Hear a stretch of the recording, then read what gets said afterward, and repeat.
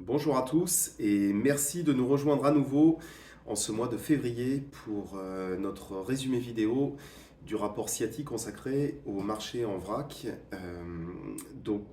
Rappelons les premiers points avant d'attaquer l'actualité pays par pays. Dans les points résumés, on notera que le rapport en fait s'attache à essayer d'estimer les tailles des vendanges de l'hémisphère sud qui sont en train de débuter ou qui commencent à passer, qui ont bien avancé sur certains pays. Donc leur niveau de volume et les conséquences qu'elles peuvent représenter en fait sur l'activité des vins. On parlera encore des marchés de l'hémisphère nord qui ont pour le coup bien commencé, mais de manière plutôt morose. On mettra l'accent aussi sur l'annonce du deuxième plan de distillation pour la France, avec finalement l'industrie italienne qui semble vouloir emboîter le pas. Rappelons toujours en leitmotiv que les vins blancs continuent d'être beaucoup plus demandés que les vins rouges. Euh, et puis voilà, on va dire pour les points principaux. Donc commençons tout de suite par l'hémisphère sud avec l'Argentine, où la récolte de 2023 pourrait être l'une des plus petites des 20 dernières années, à la suite des gelées de printemps qui ont été suivies d'orages de grêle. Donc les prix à l'exportation du Malbec d'entrée de gamme ont augmenté d'environ 50% pour atteindre entre 1,35$ et 1,50$ le litre. Certains fournisseurs ont d'ailleurs retiré les lots de vrac du marché, spéculant sur une augmentation des prix au mois d'avril quand le volume de récolte finale sera un peu plus clair. Les acheteurs nationaux et internationaux ont été assez actifs et ont d'ailleurs se sont dépêchés de sécuriser les derniers lots de 2022 qui restaient et commencent déjà à réserver les premiers de 2023. Au Chili, la taille de la récolte 2023 devrait être de taille normale, malgré les conditions très chaudes qui affectent le pays et qui ont d'ailleurs engendré de violents incendies. Les prix à l'exportation sont généralement stables en raison de la situation de la récolte argentine, du renforcement du peso aussi par rapport à la mi-22 et de l'inflation des coûts des intrants. On note une demande internationale soutenue pour les vins rouges 2022 restants et l'activité sur les vins blancs 2023 est plutôt soutenue en sachant qu'effectivement la récolte n'est pas encore le volume de récolte n'est pas encore parfaitement connu. En Afrique du Sud, la récolte 2023, elle, est en baisse puisqu'elle est estimée à 1,28 million de tonnes, soit 6,5% de moins par rapport à 2022, ce qui en ferait la plus faible depuis 2019. Ceci est principalement dû en fait à des conditions précoces de sécheresse et avec une pression accrue de maladies.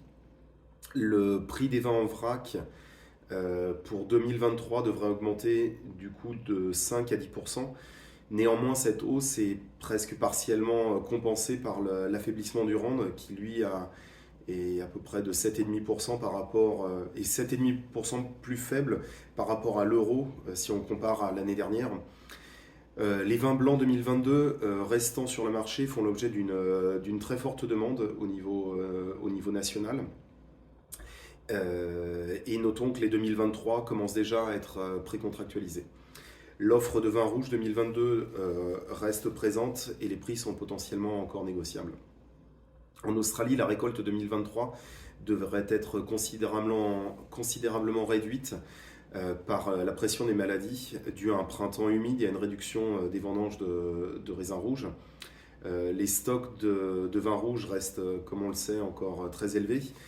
Les prix d'exportation sont très compétitifs pour ces vins rouges puisqu'on parle de produits qui vont se situer entre 35 à 50 centimes de dollars le litre pour les rouges génériques. Ces prix d'ailleurs ont contribué à stimuler des expéditions vers certains marchés, notamment l'Amérique du Nord, sur la fin 2022. Les relations bilatérales entre l'Australie et la Chine semble se dégeler, ce qui laisse éventuellement entrevoir la perspective d'une réduction des droits de douane chinois sur les vins australiens.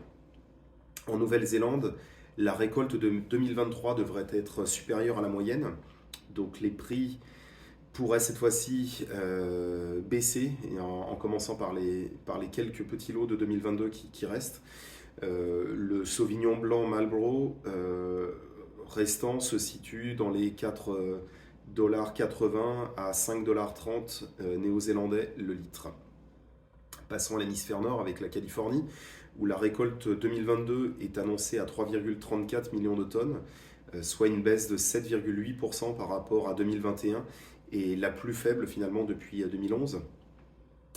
Toutes les sous-régions de la Californie, à l'exception d'une, ont signalé une baisse par rapport à 2021. Les stocks de Cabernet de Pinot Noir restent importants. Le Pinot Gris et le Sauvignon Blanc sont en équilibre offre-demande. L'offre et les prix sont stables pour les exportations de vin en vrac. On note effectivement, comme on a pu en parler tout à l'heure, une augmentation de 67% des importations de vin en vrac australien en 2022, principalement au détriment du Chili. Et l'augmentation de la production de vins blancs secs de la récolte 2022 et la lenteur des ventes des vins haut de gamme dans les rayons des détaillants américains ont ralenti l'intérêt pour le vin sud-africain. À noter que le salon de Sacramento s'est tenu il y a quelques semaines et que des visiteurs qui étaient là, tous ont pu noter des conditions particulièrement humides en fait dans la région, puisque le pays avait connu une quantité de pluviométrie très importante, ce qui laisse présager une grosse récolte sur le nouveau millésime. Passons maintenant à la France, où les vins blancs de cépage en IGP 2022 sont vendus à peu près à 80-90% sur le marché de la première mise en marché. Notons en tout cas que les négociants vraqueurs possèdent encore des disponibilités. On note une activité marginale sur les vins de France 2022 et les vins blancs génériques. Les prix des blancs sont légèrement assouplis depuis le début de la campagne. On a une demande très limitée sur les rouges et les rosés 2022.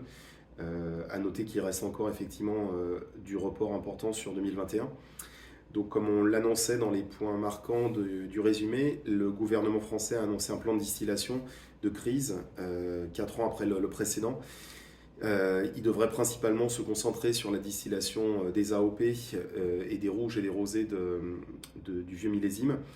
Les fournisseurs espèrent recevoir des prix de distillation identiques à ceux de 2020, ce qui semble être encore loin d'être le cas, puisque l'enveloppe, même si elle est assez conséquente, on parle de 160 millions d'euros, au vu des volumes qui sont annoncés, ne permettra sûrement pas d'atteindre les 58 euros qu'on avait connus sur la distillation des vins de France. On note encore une fois une offre importante de vins biologiques, que ce soit en blanc, rouge, rosé, offrant une opportunité de très bon rapport qualité-prix. En Italie, les embouteillages de Prosecco ont totalisé 346 000 hectos en janvier, soit une hausse de 0,7% par rapport à janvier 2022, donc ce qui en fait même un record mensuel. Les embouteillages de Pinot Grigio DOC ont diminué de 4% par rapport à janvier 2022, mais ont augmenté de 28% par rapport à janvier 2021, donc malgré la pénurie actuelle de bouteilles de verre transparent. Les vins rouges continuent de se vendre très lentement et les stocks continuent de s'accumuler. Par conséquent, comme on l'expliquait tout à l'heure, des appels ont été lancés en faveur d'un plan de distillation financé par le gouvernement, semblable à celui annoncé par la France. La lenteur des ventes de vins rouges ainsi que l'inflation des coûts des intrants pourrait inciter certains producteurs à consacrer moins de temps et d'argent à la production de variétés rouges cette année. Donc c'est le gros point d'interrogation sur ce qui risque de se passer dans le sud de l'Italie, notamment la zone des Pouilles. En Espagne, la taille de la récolte 2022 a été revue à la hausse, passant d'un premier estimatif après vendange qui se situait aux alentours des 37 millions d'hectos, entre vin et mou, à environ 40,5 millions d'hectolitres, ce qui correspond à peu près finalement à la récolte qu'on avait connue en 2021. On note une bonne disponibilité pour tous les vins sur le millésime 2022. Des stocks sont également encore disponibles des reports de 2021. Le marché s'est concentré sur l'expédition tardive des vins sous contrat en 2022 et le retard est dû à l'absence d'un système de contrôle de la qualité. Les prix du millésime 2022 ont tendance à baisser depuis le mois de décembre, davantage sur les rouges d'ailleurs que sur les blancs, et finalement les prix sont assez négociables. Euh, les marchés du mou concentré ont été calmes en raison des prix élevés, et certains acheteurs espagnols ont décidé même de changer leur source d'approvisionnement pour se consacrer sur d'autres origines pour pouvoir produire ce type de produit. Voilà, je vous remercie à tous pour votre attention. Je vous dis au mois prochain pour ce nouveau rapport et physiquement pour ceux qui viendront nous rendre visite sur le salon de Provine. Je remercie encore Vincéo pour sa large distribution.